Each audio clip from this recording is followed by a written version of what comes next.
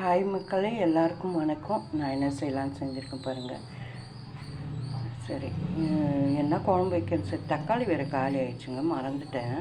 ஒரே ஒரு தக்காளி தான் இருந்துச்சு. சரி, அதை போட்டு சிம்பிளாக என்ன செய்யலாம்.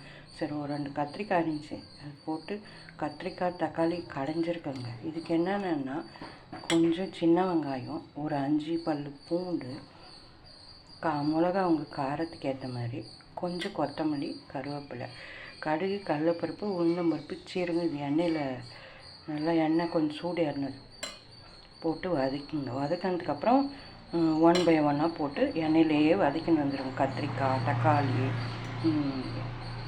இது பூண்டு, வெங்காயம் எல்லாமே. ஒரே ஒரு சின்ன நெல்லிக்காய் சைஸ் புளி மட்டும் பாருங்கள். இதுதான் இன்றைக்கி சிம்பிள். இதுக்கு மதியத்துக்கு தயிருங்க. ஓகே, இவ்வளோதான். சிம்பிளாக.